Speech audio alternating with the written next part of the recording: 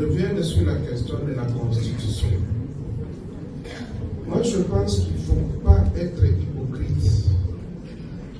Quand on aime son pays, quand on aime son chef, on lui dit la vérité.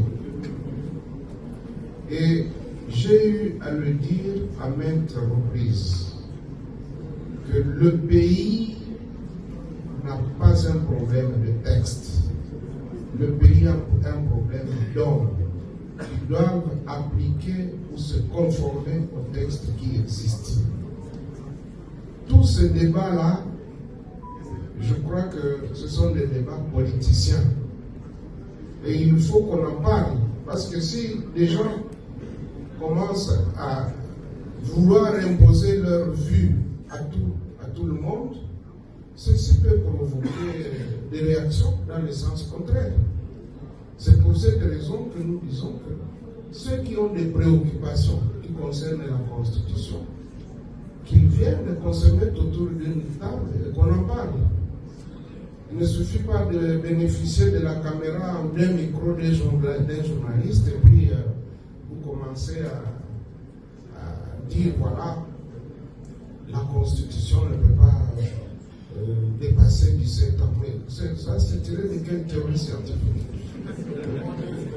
Quelqu'un d'autre disait ici que même des gens âgés de 60 ans, de 50 ans, font preuve d'immaturité dans leur gestion. Alors, si ceux qui ont 50 et 60 ans ne sont pas matures, vous voulez qu'une constitution de 17 ans soit vieille? Non, disons la vérité.